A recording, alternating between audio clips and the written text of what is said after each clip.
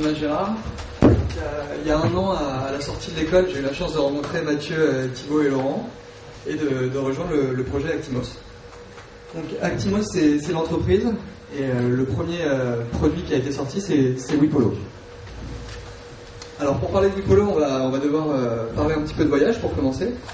Donc je ne sais pas si vous partez Noël en février.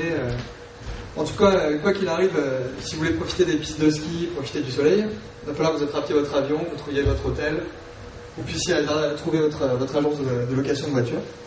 Et pour réussir ça, vous allez avoir besoin d'informations. Aujourd'hui, ces informations, vous les trouvez où? Ces informations, vous les trouvez dans les emails de réservation, les emails de réservation de confirmation de voyage.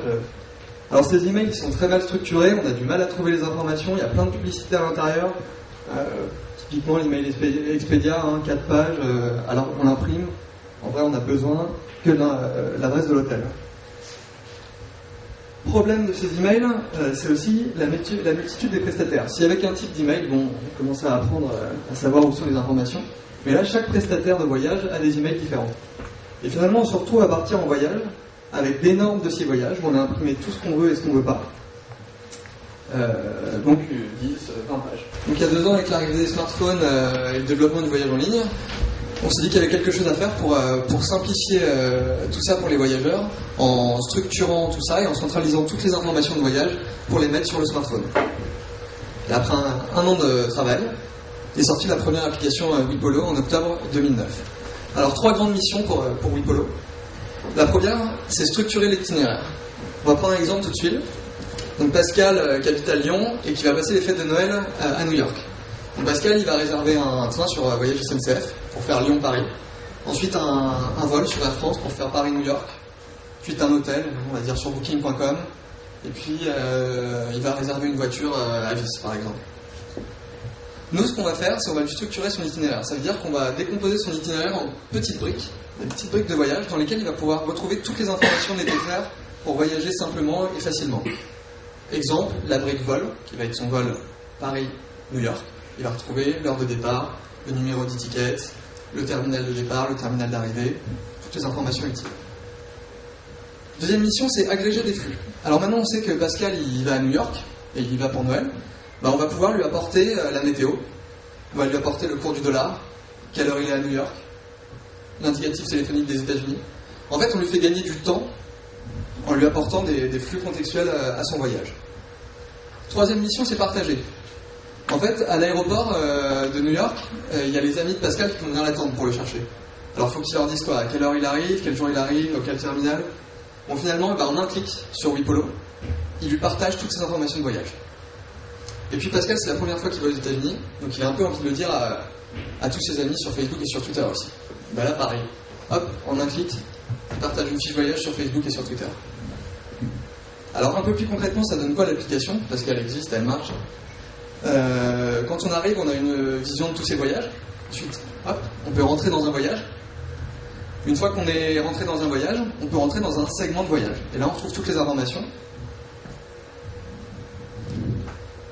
On a des petits outils contextuels, donc de météo, de convertir de devises, qui vont nous donner la météo sur toutes les étapes, durant toutes les étapes de notre voyage. Des outils pour connaître les statuts de ces vols et de ces trains. Et au niveau de chaque segment, on retrouve des informations contextuelles, donc sur le segment Paris-New York, météo Paris, météo New York, tout ce qui va avec. Et sur la partie partagée, au niveau de chaque voyage, on peut partager son voyage. Donc comme je disais tout à l'heure, sur Facebook et sur Twitter, c'est une fiche voyage. Et par email, on peut partager un récapitulatif voyage. Donc à ce moment-là, normalement, on dit que ça a l'air bien Wipolo, mais par contre, s'il faut rentrer toutes les informations à la main, ça sert à rien. En gros, on pose la question comment ça marche. Et là, c'est la partie la plus sympa pour moi, puisqu'en fait, je réponds que c'est magique, c'est hyper facile. Vous avez qu'une chose à faire, c'est transférer vos emails de réservation à mail@wipolo.com. Quels que soient vos types d'emails. Expedia, Voyage SNCF, Air France. Vous pouvez même envoyer des réservations de restaurants, de musées. Ça marche avec tout. Nous, on a un moteur de parsing qui va s'appuyer sur la structure et sur la sémantique de votre email pour aller chercher toutes les informations intéressantes pour recréer votre itinéraire de voyage.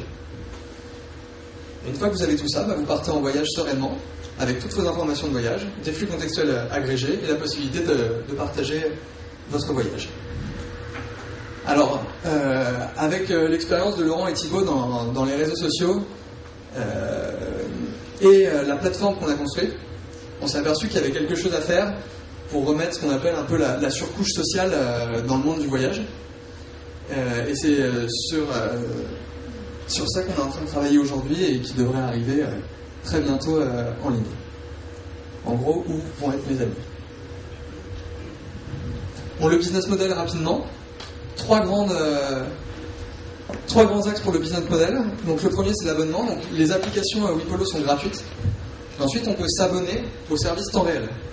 Donc c'est être alerté par SMS des retards ou annulations de ses vols, pouvoir consulter les vols ou les trains alternatifs.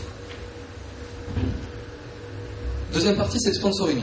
Donc en fait, on retrouve de grands acteurs du voyage qui veulent soit proposer à leurs voyageurs des services innovants, qui viennent nous voir, ou qui veulent pouvoir communiquer avec des types de voyageurs très précis, ce qu'on peut leur offrir. Et la troisième partie, c'est compléter l'itinéraire. Alors une fois qu'on sait que vous partez, et où est-ce que vous partez, on peut vous proposer de compléter votre itinéraire. Alors ça peut être avec un hôtel, avec un restaurant, avec des activités.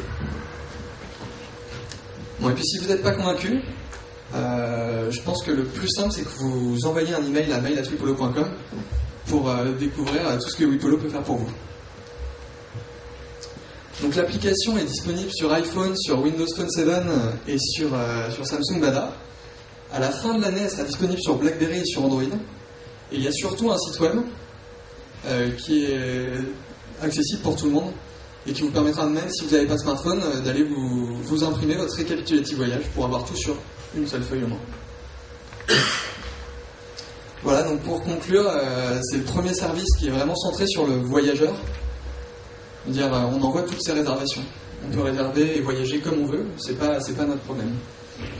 Donc l'application, utile, pratique, addictive, c'est pas facile de faire passer le message de ce que c'est WePolo, mais une fois que les gens ont compris et que les gens ont utilisé, les gens ils réutilisent. Et ils aiment bien ça. Et on est aussi on est les seuls à faire ça en Europe aujourd'hui. Et la plateforme est complètement bilingue français-anglais. Et pourquoi pas dans notre langue, c'est prévu pour être extensible.